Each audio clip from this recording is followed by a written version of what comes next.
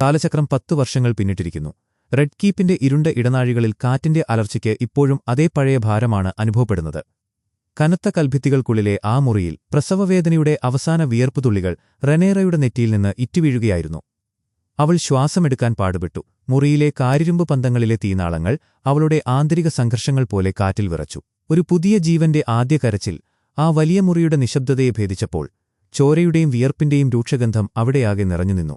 ലേനോർ വെലാരിയോന്റെ ഭാര്യയായി 10 വർഷങ്ങൾക്കു ശേഷം അവൾ തന്റെ മൂന്നാമത്തെ മകന് ജന്മം നൽകിയിരിക്കുന്നു. എന്നാൽ ആ കുഞ്ഞിന്റെ മുഖം ഒന്ന് ശരിക്ക് കാണുന്നതിനു മുമ്പുതന്നെ ഭയന്നു വിറച്ച ഒരു പരിചാരിക അവിടെയെത്തി. ആലിസന്റ് ഹൈടവറിന്റെ കർശനമായ ഒരു കൽപ്പനയുമായാണ് അവൾ വന്നത്. ജനിച്ചയുടനെ കുഞ്ഞിനെ രാജ്ഞിയുടെ അടുത്തേക്ക് കൊണ്ടുചെല്ലണം. റെനീറയുടെ കണ്ണുകളിൽ ക്ഷീണത്തെ മറികടക്കുന്ന വലിയൊരു തീപ്പൊരി ആളിപ്പടർന്നു. തന്നെ അപമാനിക്കാൻ ആലിസന്റിനെ അവൾ ഒരിക്കലും അനുവദിക്കില്ല എന്ന് അവൾ മനസ്സിൽ ഉറപ്പിച്ചു. അവൾ വിറയ്ക്കുന്ന കാലുകളോടെ എഴുന്നേൽക്കാൻ ശ്രമിച്ചു. പരിചാരികമാരോട് തന്നെ വസ്ത്രം ധരിപ്പിക്കാൻ അവൾ ആവശ്യപ്പെട്ടു. ഓരോ ശ്വാസത്തിലും അവൾ അനുഭവിച്ച ശാരീരിക വേദന വർണ്ണനാതീതമായിരുന്നു. അപ്പോഴാണ് ലെനർ ആവേശത്തോടെ ആ മുറിയിലേക്ക് ഓടിവന്നത്. തളർന്നുപോയ തന്റെ ഭാര്യയെ കണ്ട് അയാൾ അമ്പരന്നു. തന്റെ കുഞ്ഞിനെയും കൈകളിൽ പിടിച്ച് ഈ കോട്ടയുടെ ഒരറ്റത്തുനിന്ന് മറ്റൊരറ്റത്തേക്ക് താൻ തന്നെ നേരിട്ട് നടന്നുപോയി രാജ്ഞിയെ കാണിക്കുമെന്ന് അവൾ തറപ്പിച്ചു പറഞ്ഞു. അവളുടെ ആ നിശ്ചയദാർഢ്യത്തിനു മുന്നിൽ തോറ്റുപോയ ലാനോർ അവളെ താങ്ങിപ്പിടിച്ച് കൊണ്ടുപോകാൻ മാത്രമാണ് അനുവദിച്ചത്. റെഡ് കീപ്പിലെ നീളൻ ഇടനാഴികളിലൂടെയുള്ള ആ നടത്തം ഒരു യുദ്ധക്കളത്തിലൂടെയുള്ള യാത്ര പോലെയായിരുന്നു റെനേറയ്ക്ക് അനുഭവപ്പെട്ടത്. കരിങ്കൽ പാകിയ തറയിൽ അവരുടെ കാലൊച്ചകൾ ഒരു വലിയ ഡ്രമ്മിന്റെ താളം പോലെ മാറ്റൊലിക്കൊണ്ടു. ഓരോ ചുവടുവെക്കുമ്പോഴും അവളുടെ ശരീരത്തിലെ പേശികൾ വേദനകൊണ്ട് വലിഞ്ഞുമുറുകി. വിയർപ്പുതുള്ളികൾ തണുത്ത കാറ്റിൽ അവളുടെ ചർമ്മത്തിൽ മരവിച്ചുനിന്നു.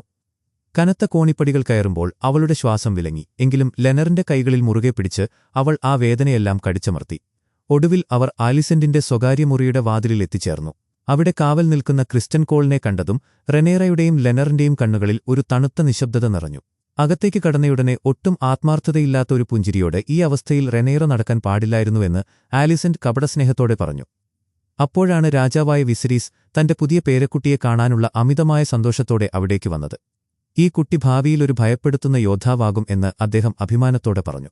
വിസരീസിന്റെ മുഖത്ത് വലിയ സന്തോഷമുണ്ടായിരുന്നെങ്കിലും കഴിഞ്ഞ 10 വർഷമായി അദ്ദേഹത്തിന്റെ ശരീരത്തെ കാർന്നുതിന്നുന്ന ആ അജ്ഞാത രോഗം അദ്ദേഹത്തെ വല്ലാതെ തളർത്തിയിരുന്നു. പഴുപ്പ് ബാധിച്ച അദ്ദേഹത്തിന്റെ ഇടതുകൈ മുട്ടിന് താഴെ വെച്ച് പൂർണ്ണമായും മുറിച്ചുമാറ്റിയിട്ടുണ്ടായിരുന്നു. കുഞ്ഞിന് എന്തു പേരിടുമെന്ന് അലൈസന്റ് ചോദിച്ചപ്പോൾ റെനേറ സംസാരിക്കുന്നതിനു മുമ്പ് തന്നെ അവൻ ജോഫ്രി എന്നറിയപ്പെടുമെന്ന് ലെനർ ഇടവേഗത്തിൽ പറഞ്ഞു. തന്റെ പഴയ കാമുകനായ ജോഫ്രി ലോൺമൌത്തിന്റെ ഓർമ്മയ്ക്കാണ് അയാൾ ആ പേര് നൽകിയത്. കുഞ്ഞിന് തന്റെ അച്ഛന്റെ മൂക്കാണുള്ളതെന്ന് വിസരീസ് പറഞ്ഞപ്പോൾ ആ മുറിയിലുണ്ടായിരുന്ന മറ്റുള്ളവർ പരസ്പരം നോക്കി അർത്ഥഗർഭമായ നോട്ടങ്ങൾ കൈമാറി. റെനേറയ്ക്ക് വിശ്രമം ആവശ്യമാണെന്ന് ലെനർ പറഞ്ഞതോടെ അവൾ തന്റെ പിതാവിനെ കെട്ടിപ്പിടിച്ച് യാത്ര പറഞ്ഞു. കുഞ്ഞിനെ ലെനറിന്റെ കൈകളിൽ ഏൽപ്പിച്ച സമയത്ത് ആലിസന്റ് ആ കുഞ്ഞിന്റെ അടുത്തേക്ക് കുനിഞ്ഞ് ലെനറിനോട് മാത്രം കേൾക്കുന്ന ശബ്ദത്തിൽ രഹസ്യമായി ഇങ്ങനെ പറഞ്ഞു: ശ്രമം തുടരുക, ഇന്നല്ലെങ്കിൽ നാളെ നിങ്ങളെപ്പോലെയിരിക്കുന്ന ഒരു കുട്ടിയെ നിങ്ങൾക്ക് ലഭിച്ചേക്കാം. തങ്ങളുടെ സ്വകാര്യ മുറിയിലേക്കുള്ള മടക്കയാത്രയിൽ ആ ഇരുണ്ട ഇടനാഴികളിലെ നിശബ്ദതയ്ക്ക് വല്ലാത്തൊരു ഭാരമുണ്ടായിരുന്നു.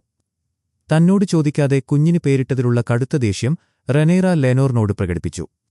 അവർ രണ്ടുപേരും ആ കുട്ടിയുടെ മാതാപിതാക്കളാണെന്നും കുടുംബത്തിലെ കാര്യങ്ങളിൽ തനിക്കും അഭിപ്രായം പറയാൻ അവകാശമുണ്ടെന്നും അയാൾ വാദിച്ചു. തളർന്നുപോയ റെനേറ വളരെ ക്ഷീണിച്ച ശബ്ദത്തിൽ നമ്മളിൽ ഒരാളുടെ ശരീരത്തിൽ നിന്ന് മാത്രമേ ഇപ്പോൾ ചോര ഒഴുകുന്നുള്ളൂ എന്ന് പറഞ്ഞു. അപ്പോൾ ലെയ്നോർ തിരിഞ്ഞ് ആലിസന്റിന്റെ മുറിയിലേക്കുള്ള ആ നീണ്ട ഇടനാഴിയിലേക്ക് നോക്കിയപ്പോൾ അയാൾ ശരിക്കും ഞെട്ടിപ്പോയി. ജനനം കഴിഞ്ഞ് മിനിറ്റുകൾ മാത്രം പിന്നിട്ട റെനേറ നടന്നുവന്ന വഴികളിലുടനീളം കടുത്ത ചുവന്ന രക്തത്തിന്റെ ഒരു നീണ്ട പാട് തറയിലെ തണുത്ത കല്ലുകളിൽ പതിഞ്ഞിട്ടുണ്ടായിരുന്നു. തങ്ങളുടെ സ്വകാര്യ മുറിയിലെത്തിയ അവരെ കാത്ത് മൂത്ത ആൺമക്കളായ ജെക്കേരീസ് വെലാരിയോണും ലൂസറീസ് വെലാരിയോണും അവിടെയുണ്ടായിരുന്നു. അവരോടൊപ്പം സിറ്റി വാച്ച് കമാൻഡറായ സർ ഹാർവിൻ സ്ട്രോങ്ങും നിന്നിരുന്നു. റെനേറയുടെ 3 ആൺമക്കൾക്കും പാരമ്പര്യമായി ലഭിക്കേണ്ട ടാർഗറിയൻ കുടുംബത്തിന്റെ വെള്ളി കലർന്ന വെള്ളമുടിയുണ്ടായിരുന്നില്ല. അവർക്കെല്ലാം കറുത്ത മുടിയും വെളുത്ത നിറവുമായിരുന്നു. മാത്രമല്ല അവർക്ക് ലെനറിനെ ഒട്ടും സാമ്യമുണ്ടായിരുന്നില്ല. എന്നാൽ അവരോട് അഗാധമായ സ്നേഹം പ്രകടിപ്പിക്കുന്ന സർ ഹാർവിൻ സ്ട്രോങ്ങിനെയാണ് അവർ കാഴ്ചയിൽ പ്രതിനിധീകരിച്ചത്. ജോഫ്രിയുടെ തൊട്ടിലിൽ വെക്കാൻ ഒരു ഡ്രാഗൺ മുട്ട അവർ ഇതിനകം തന്നെ കണ്ടെത്തിക്കഴിഞ്ഞുവെന്ന് ജേഗരിയാവും ലൂസറിസും സന്തോഷത്തോടെ പറഞ്ഞു. ആ മുട്ടയുമായി അവർ ഡ്രാഗൺ പിറ്റിൽ നിന്ന് വന്നപ്പോൾ കാവൽ നൽകാനാണ് ഹാർവിൻ അവിടെ എത്തിയത്.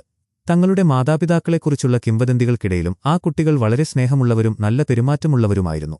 തങ്ങളുടെ അമ്മയ്ക്ക് ഇപ്പോൾ പൂർണ്ണമായ വിശ്രമം ആവശ്യമാണെന്ന് പറഞ്ഞുകൊണ്ട് ലെനർ ആ 2 ആൺകുട്ടികളെയും അവരുടെ പരിശീലനം തുടരാനായി തിരികെ ഡ്രാഗപിറ്റിലേക്ക് ഓടിപ്പോകാൻ നിർദ്ദേശിച്ചു.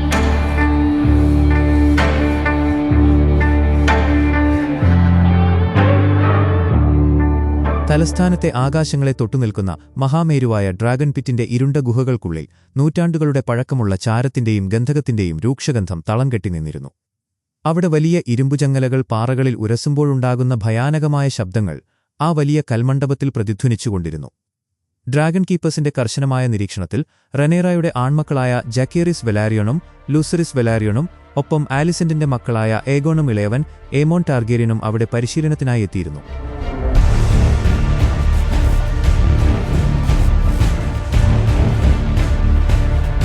ഒരു ചെറിയ കുതിരയുടെ വലിപ്പമുള്ള ജാക്കേറിസ് വെലാരിയോന്റെ ഇളം ഡ്രാഗണായ വേർമാക്സിനെ വാക്കുകൾ കൊണ്ട് അനുസരിപ്പിക്കാൻ പഠിപ്പിക്കുക എന്നതായിരുന്നു അന്നത്തെ പ്രധാന പാഠം. ഇതിനകം തന്നെ തന്റെ സ്വന്തം ഡ്രാഗണായ സൺഫയറിനെ നിയന്ത്രിക്കാൻ പഠിച്ചു കഴിഞ്ഞ ഏഗോണിന് ഈ പരിശീലനമൊക്കെ വളരെ ബോറടിക്കുന്ന ഒന്നായി അനുഭവപ്പെട്ടു. എന്നാൽ ജാക്കേറിസ് വെലാരിയോൺ വളരെ ശ്രദ്ധയോടെ തന്റെ ഡ്രാഗണിനെ നിയന്ത്രിക്കുകയും അതിന്റെ വായിൽ നിന്നും ഉയർന്ന തീജ്വാലകൾ കൊണ്ട് ജീവനുള്ള ഒരു ആടിനെ ചുട്ടരിക്കാൻ കൽപ്പിക്കുകയും ചെയ്തു.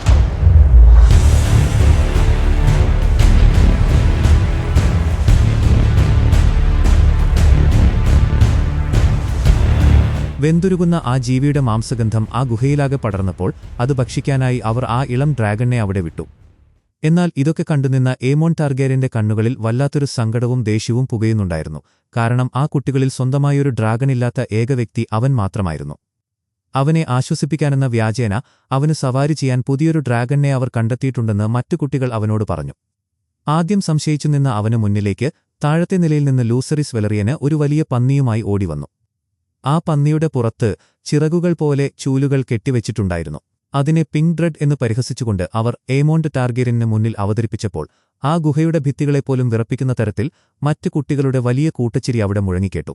അവരുടെ പരിഹാസം സഹിക്കാൻ കഴിയാതെ കടുത്ത അപമാനഭാരത്തോടെ ഏമോൺ ടാർഗേരിയൻ ആ വലിയ ഡ്രാഗൺ പിറ്റിന്റെ ഏറ്റവും ഇരുണ്ടതും ഭയാനകവുമായ താഴത്തെ നിലകളിലേക്ക് പതുക്കെ ഇറങ്ങിച്ചെന്നു. ചൂടും പുകയും നിറഞ്ഞ ആ ഗുഹകളിൽ ഭീമാകാരന്മാരായ മൃഗങ്ങളുടെ വലിയ ശ്വാസനിശ്വാസങ്ങൾ അവനെ വല്ലാതെ ഭയപ്പെടുത്തിയിരുന്നു. എങ്കിലും അവകാശികളില്ലാത്ത ഏതെങ്കിലും ഒരു ഡ്രാഗണിനെ അവിടെ കണ്ടെത്താമെന്ന പ്രതീക്ഷയിൽ അവൻ ആ ഇരുട്ടിലൂടെ മുന്നോട്ടു നടന്നു. പെട്ടെന്ന് ഭയാനകമായ ഒരു അലർച്ചയോടെ ഡ്രീംഫയർ എന്ന ഭീമൻ ഡ്രാഗൺ ഇരുട്ടിൽ നിന്ന് അവന്റെ നേർക്ക് വലിയൊരു തീജ്വാല ചീറ്റി. മരണഭയത്താൽ നിലത്തേക്ക് വീണുപോയ അവൻ മുഖത്താകെ ചാരവും കരിയും പുരണ്ട അവസ്ഥയിൽ സ്വന്തം ജീവനും കൊണ്ട് ആ ഗുഹയിൽ നിന്നും പുറത്തേക്കോടി. അതിനുശേഷം രാജകൊട്ടാരത്തിലെ തന്റെ സ്വകാര്യ മുറിയിൽ അലൈസന്റ് തന്റെ 11 വയസ്സുകാരിയായ മകൾ ഹെലന ടാർഗേരിയൻ നൊപ്പമിരിക്കുകയായിരുന്നു. പുറംലോകവുമായി വലിയ ബന്ധമില്ലാതെ തന്റെ പ്രാണികളുടെ ശേഖരത്തിൽ മാത്രം ശ്രദ്ധ കേന്ദ്രീകരിച്ചിരിക്കുന്ന ഒരു പ്രകൃതമായിരുന്നു അവൾക്ക്. അപ്പോഴാണ് കരിയും ചാരവും പുരണ്ട് ആകെ ഭയന്നുവിറച്ച അവസ്ഥയിൽ ഈമോൺ ടാർഗേരിയനെ ഒരു കാവൽക്കാരൻ അവിടേക്ക് വലിച്ചിഴച്ചുകൊണ്ടുവന്നത്. ഒറ്റയ്ക്ക് പോയി ഒരു വലിയ ഡ്രാഗണിനെ സ്വന്തമാക്കാൻ ശ്രമിക്കുന്നത് എത്രത്തോളം അപകടകരമാണെന്ന് പറഞ്ഞ് ആലിസന്റ് അവനെ വഴക്കു പറഞ്ഞു. കൂട്ടുകാരുടെ പരിഹാസമേറ്റ് മനസ്സ് തകർന്ന് കണ്ണീരൊഴുക്കി മുന്നിൽ നിന്ന മകനെ അവൾ അങ്ങേയറ്റത്തെ വാത്സല്യത്തോടെ ചേർത്തുപിടിച്ചു. വരുംകാലങ്ങളിൽ അവന് സ്വന്തമായി ഒരു ഡ്രാഗണെ തീർച്ചയായും ലഭിക്കുമെന്ന് അവൾ അവന് ഉറപ്പു നൽകി. എന്നാൽ അതിനായി അവൻ തന്റെ ഒരു കണ്ണ് നഷ്ടപ്പെടുത്തേണ്ടിവരും എന്ന വിചിത്രമായൊരു പ്രവചനമാണ് ഹെലീന ടാർഗേരിയൻ ആ നിമിഷത്തിൽ നടത്തിയത്. ഈ സംഭവത്തെക്കുറിച്ച് സംസാരിക്കുന്നതിനായി ആലിസന്റ് നേരെ വിസറീസ് രാജാവിന്റെ അന്തഃപുരത്തിലേക്ക് തിരിച്ചു. കഴിഞ്ഞ 10 വർഷക്കാലമായി അദ്ദേഹം അതീവ ശ്രദ്ധയോടെ നിർമ്മിച്ചുകൊണ്ടിരിക്കുന്ന വലീരിയ നഗരത്തിന്റെ കൂറ്റൻ ശില്പമാതൃകയുടെ പണിയിലായിരുന്നു രാജാവ്. അപ്പോൾ കുട്ടികളൊപ്പിച്ച ഈ ക്രൂരമായ തമാശയ്ക്ക് പിന്നിൽ സ്വന്തം സഹോദരനായ ഏഗോൺ തന്നെയാകാനാണ് സാധ്യതയെന്ന് വിസറിസ് വിലയിരുത്തിയെങ്കിലും അത് റെനേറയുടെ മക്കൾ തന്നെയാണെന്ന് അലിസന്റ് ഉറപ്പിച്ചു പറഞ്ഞു. തുടർന്ന് മുറിയിലുണ്ടായിരുന്ന കാവൽക്കാരനെ പുറത്താക്കിയ ശേഷം അലിസന്റ് ആ വലിയ രഹസ്യം രാജാവിന് മുന്നിൽ തുറന്നടിച്ചു. റെനേറയുടെ 3 മക്കൾക്കും അവരുടെ നിയമപരമായ പിതാവ് ലെയ്നർ വെലാരിയനുമായി യാതൊരുവിധ സാമ്യവുമില്ലെന്നും അവർ യഥാർത്ഥത്തിൽ ഹാർവിൻ സ്ട്രോങ്ങിന്റെ ചോരയിൽ ജനിച്ചവരാണെന്നുമുള്ള ഞെട്ടിക്കുന്ന സത്യം അവൾ വെളിപ്പെടുത്തി. ഒരു കുട്ടി അങ്ങനെ ജനിക്കുന്നത് ഒരുപക്ഷെ അബദ്ധമായി കരുതാം, എന്നാൽ 3 മക്കളും അവിഹിതമായി ജനിക്കുന്നത് രാജവംശത്തിന് തന്നെ വലിയൊരു അപമാനമാണെന്ന് അലിസന്റ് കടുത്ത ദേഷ്യത്തോടെ വിസറിസിനോട് പറഞ്ഞു. ഇത് കേട്ടയുടനെ വിസരീസിന്റെ കണ്ണുകളിൽ വലിയൊരു ദേഷ്യമിരച്ചുകയറി. പാരമ്പര്യത്തിന്റെ സ്വഭാവം വളരെ വിചിത്രമാണെന്ന് പറഞ്ഞുകൊണ്ട് അദ്ദേഹം ഒരു ഉദാഹരണം അവിടെ നിരത്തി. പണ്ട് തനിക്കൊരു കറുത്ത കുതിരയുണ്ടായിരുന്നുവെന്നും അത് ചന്ദ്രനെപ്പോലെ വെളുത്ത മറ്റൊരു കുതിരയുമായി ഇണചേർന്നപ്പോൾ ജനിച്ച കുഞ്ഞ് തികച്ചും വ്യത്യസ്തമായ തവിട്ട് നിറത്തിലുള്ള ഒന്നായിരുന്നുവെന്നും അദ്ദേഹം വിശദീകരിച്ചു. എന്നാൽ രാജാവ് അവർ ഇണചേരുന്നത് നേരിട്ട് കണ്ടിരുന്നോ, അതോ ആ വെളുത്ത കുതിര മാത്രമാണ് അവളുടെ ഒരേയൊരു പങ്കാളിയെന്ന് വെറുതെ ഊഹിച്ചതാണോ എന്ന് അലൈസന്റ് വളരെ മൂർച്ചയുള്ള സ്വരത്തിൽ ചോദിച്ചു. ഇത് കേട്ട് നിയന്ത്രണം നഷ്ടപ്പെട്ട വിസരീസ് ഇത്തരം ആരോപണങ്ങൾ ഉന്നയിക്കുന്നതിന്റെ പ്രത്യാഘാതങ്ങൾ വളരെ വലുതായിരിക്കുമെന്ന് ആലിസന്റിന് മുന്നറിയിപ്പ് നൽകുകയും ഇനി ഒരിക്കലും ഈ വിഷയം സംസാരിക്കരുതെന്ന് കർശനമായി കൽപ്പിക്കുകയും ചെയ്തു. രാജാവിന്റെ മുറിയിൽ നിന്നും പുറത്തിറങ്ങിയ ആലിസന്റ് ഒട്ടും സത്യം കാണാൻ തയ്യാറാകാത്ത രാജാവിന്റെ മനോഭാവത്തെക്കുറിച്ച് തന്നോടൊപ്പം നടന്നിരുന്ന ക്രിസ്റ്റൻ കോളിനോട് ദേഷ്യത്തോടെ പറഞ്ഞു.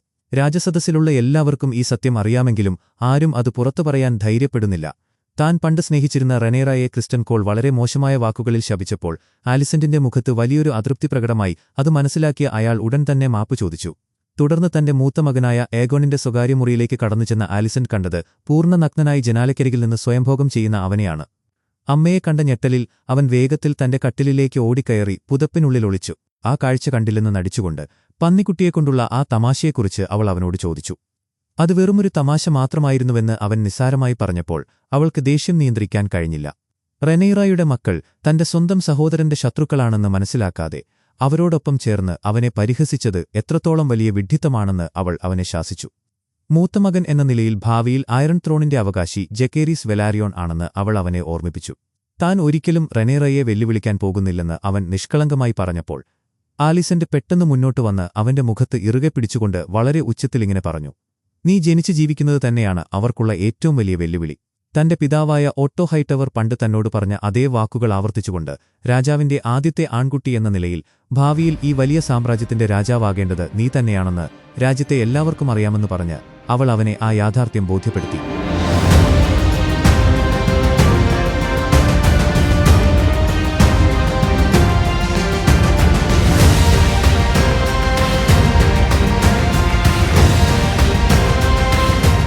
വിശാലമായ നാരോ സീക്കപ്പുറമുള്ള പെൻഡോസ് എന്ന സ്വതന്ത്ര നഗരത്തിന്റെ ആകാശത്ത് ചിറകടിയൊച്ചകൾ ഇടിമുഴക്കം പോലെ കേൾക്കാമായിരുന്നു.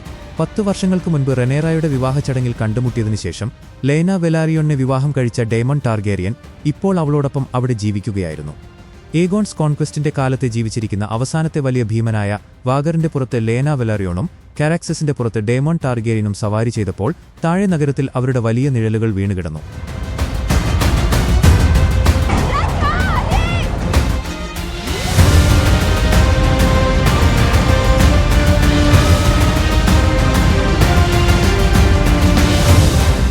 പെൻഡോസിലെ പ്രഭുക്കന്മാരും വ്യാപാരികളും അത്ഭുതത്തോടെ ഈ കാഴ്ച നോക്കി നിന്നു. കഴിഞ്ഞ 10 വർഷമായി പ്രിൻസ് ഓഫ് പെൻഡോസ് ആയ റെജിയോ ഹെറത്തിസിന്റെ അതിഥികളായി ആ വലിയ മാളികയിൽ അവർ ജീവിക്കുകയായിരുന്നു. ആ കാലയളവിൽ അവർക്ക് ബയല ടർഗേരിയൻ, റേന ടർഗേരിയൻ എന്നീ 2 പെൺമക്കൾ ജനിക്കുകയും ഇപ്പോൾ ലേന വെലാരിയോൺ മൂന്നാമതൊരു കുഞ്ഞിനെ ഗർഭം ധരിച്ചിരിക്കുകയുമായിരുന്നു. തങ്ങളുടെ പൊതുശത്രുവായ ട്രയർക്കിയെ ഭയപ്പെടുത്താൻ ഈ കാവൽക്കാർ സഹായിക്കുന്നതിനാൽ റെജിയോ ഹെററ്റിസ് അവർക്ക് വലിയ വിരുന്നുകളും സമ്പത്തും നൽകിയിരുന്നു. എന്നാൽ അന്ന് രാത്രി ബൈല ടാർഗേരിയന് ഹൈ വലീരിയനിൽ പാഠങ്ങൾ നൽകിയ ശേഷം അവർ വാഗ്ദാനം ചെയ്ത വലിയ സ്വത്തുക്കൾ വേണ്ടെന്നുവെച്ച് തങ്ങളുടെ പഴയ നാടായ ഡ്രിഫ്റ്റ്മാർക്കിലേക്ക് തിരികെ പോകണമെന്ന് ലേന വെലാരിയൻ ഭർത്താവിനോട് പറഞ്ഞു. ഇതിനിടയിൽ തന്റെ തൊട്ടിലിൽ വെച്ച മുട്ട 8 വർഷം കഴിഞ്ഞിട്ടും വിരിയാത്തതിന്റെ സങ്കടത്തിൽ ആ മുട്ടയ്ക്ക് ചൂട് പകർന്നു കൊടുക്കുകയായിരുന്നു ഇളയമകളായ റേന ടാർഗേരിയൻ. അന്ന് രാത്രി വളരെ വൈകി നഗരത്തിന്റെ മനോഹരമായ കാഴ്ചകൾ കണ്ട് മാളികയുടെ മട്ടുപ്പാവിലിരുന്ന ഡേമൺ ടാർഗേരിയന്റെ അടുത്തേക്ക് വന്ന ലേന വെലാരിയോൺ റെനീറയ്ക്ക് മൂന്നാമതൊരു മകൻ ജനിച്ച വിവരം അറിയിച്ചു. ആ കുഞ്ഞിനും സിറ്റി വാച്ച് കമാൻഡറുമായി യാദൃശ്ചികമായ സാമ്യമുണ്ടോ എന്ന് പരിഹാസത്തോടെ അയാൾ ചോദിച്ചു. വെസ്റ്ററോസിലെ രാഷ്ട്രീയ കളികളിൽ നിന്ന് മാറി നിൽക്കാൻ ആഗ്രഹിച്ചിരുന്നെങ്കിലും വെറുതെ ഗ്രന്ഥശാലയിലിരുന്ന് മരിച്ചുപോയ പഴയ രാജാക്കന്മാരെക്കുറിച്ച് വായിക്കാൻ മാത്രം ജനിച്ചവനല്ല തന്റെ ഭർത്താവെന്ന് അവൾ അയാളെ സ്നേഹത്തോടെ കെട്ടിപ്പിടിച്ചുകൊണ്ട് പറഞ്ഞു. റെഡ് കീപ്പിലെ വിശാലമായ പരിശീലന മൈതാനത്ത് വാളുകൾ കൂട്ടിമുട്ടുന്ന വലിയ ശബ്ദം പ്രതിധ്വനിച്ചുകൊണ്ടിരുന്നു. റെനീറയുടെ മക്കളായ ജാക്കേരീസ് വെലാരിയോണും ലൂസറീസ് വെലാരിയോണും ചുവപ്പും കറുപ്പും കലർന്ന വസ്ത്രങ്ങൾ ധരിച്ചപ്പോൾ ആലിസന്റിന്റെ മക്കളായ ഏഗോണും ഏമോൺ ടാർഗേരിയനും പച്ചവസ്ത്രങ്ങളായിരുന്നു ധരിച്ചിരുന്നത്. രാജാവായ വിസരീസും ഹാൻഡ് ഓഫ് ദ കിങ് ആയ ലയണൽ സ്ട്രോങ്ങും മുകളിൽ നിന്നും ഇത് നോക്കിക്കാണുന്നുണ്ടായിരുന്നു. കുട്ടികളെ പരിശീലിപ്പിക്കുന്ന ക്രിസ്റ്റൻ കോൾ പ്രായത്തിൽ വളരെ മുതിർന്ന ഏഗോണിനെ ജാക്കേരീസ് വെലാരിയോണിനോട് പോരാടാൻ വിട്ടത് ശരിയല്ലെന്ന് അവിടെയുണ്ടായിരുന്ന ഹാർവിൻ സ്ട്രോങ് ചൂണ്ടിക്കാണിച്ചു. എന്നാൽ യുദ്ധത്തിൽ താഴെ വീണുപോയ തന്റെ എതിരാളിയെ വീണ്ടും ആക്രമിക്കാൻ ക്രിസ്റ്റൻ കോൾ നിർദ്ദേശം നൽകിയപ്പോൾ കുട്ടികൾക്കിടയിൽ ക്രൂരത വളർത്തരുതെന്ന് പറഞ്ഞ് ഹാർവിൻ സ്ട്രോങ് അതിലിടപെട്ടു. റെനീറയുടെ മക്കളോട് ഒരു അച്ഛന് മാത്രം തോന്നുന്ന അമിതമായ സ്നേഹം എന്തിനാണെന്ന് ക്രിസ്റ്റൻ കോൾ പരിഹസിച്ചപ്പോൾ കടുത്ത ദേഷ്യത്താൽ വിറച്ചുപോയ ഹാർവിൻ സ്ട്രോങ് അയാളുടെ മുഖത്തേക്ക് ആഞ്ഞടിക്കുകയും അയാളെ നിലത്തിട്ട് ക്രൂരമായി മർദ്ദിക്കുകയും ചെയ്തു.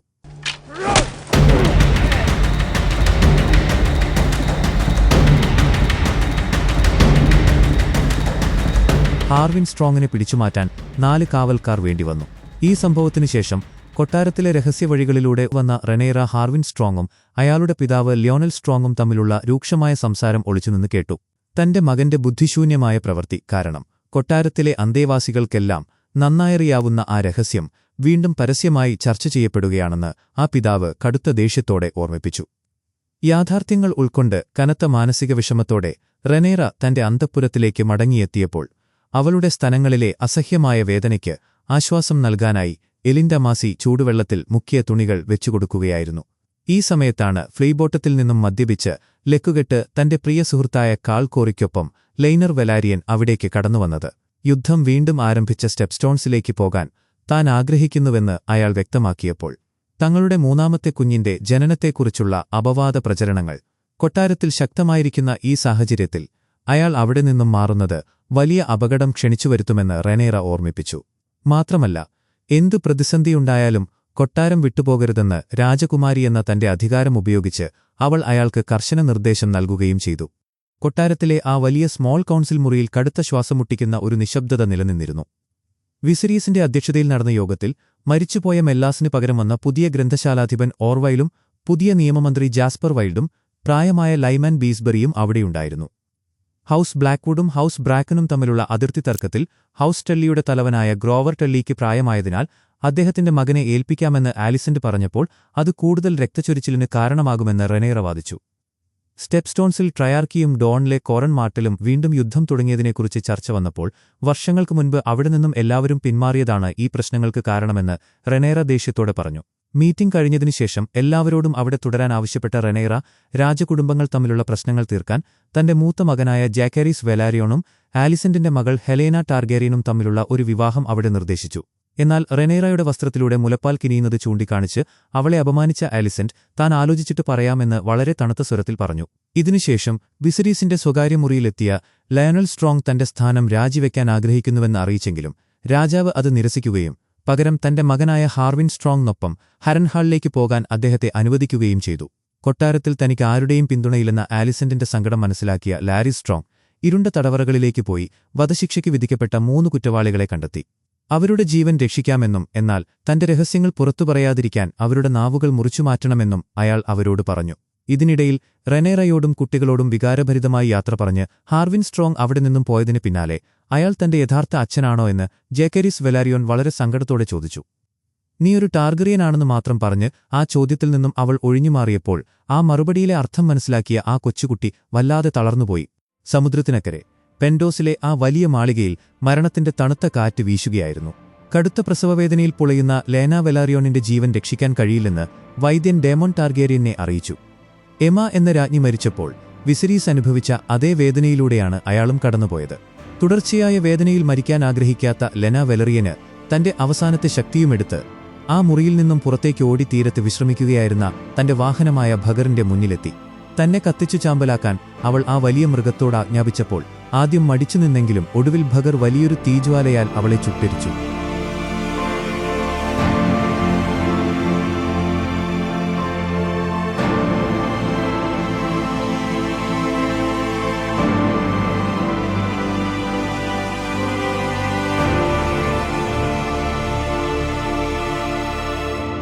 അതേസമയം റിവർലാൻഡ്സിൽ വർഷങ്ങൾക്ക് മുൻപ് ഏഗോൺസ് കോൺക്വസ്റ്റിന്റെ സമയത്ത് പകുതി തകർന്നടിഞ്ഞ ഹരൻഹാൾ എന്ന വലിയ കോട്ടയിലേക്ക് ലയണൽ സ്ട്രോങ്ങും ഹാർവിൻ സ്ട്രോങ്ങും എത്തിച്ചേർന്നിരുന്നു.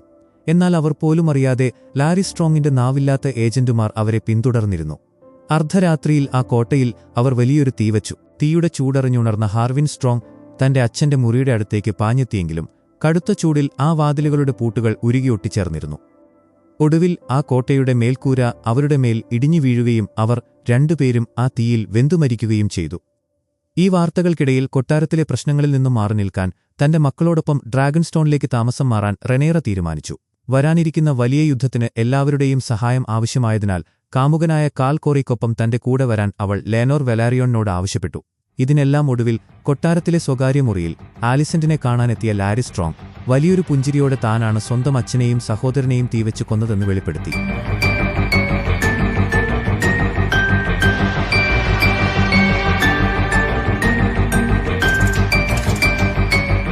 ഇത് കേട്ട് ഭയന്നു വിറച്ചുപോയ അലൈസന്റ് താൻ ഒരിക്കലും ഇതല്ല ആഗ്രഹിച്ചതെന്ന് പറഞ്ഞപ്പോൾ സമയം വരുമ്പോൾ തനിക്കുള്ള പ്രതിഫലം നൽകിയാൽ മതിയെന്ന് അയാൾ വളരെ ശാന്തമായി അവളോട് പറഞ്ഞു.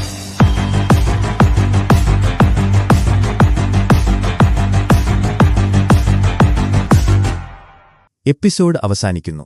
ഹൗസ് ഓഫ് ദ ഡ്രാഗണിന്റെ ബാക്കി എപ്പിസോഡുകൾ മിസ്സാവാതിരിക്കാൻ ഇപ്പോൾ തന്നെ ചാനൽ സബ്സ്ക്രൈബ് ചെയ്യുക. Thank you so much.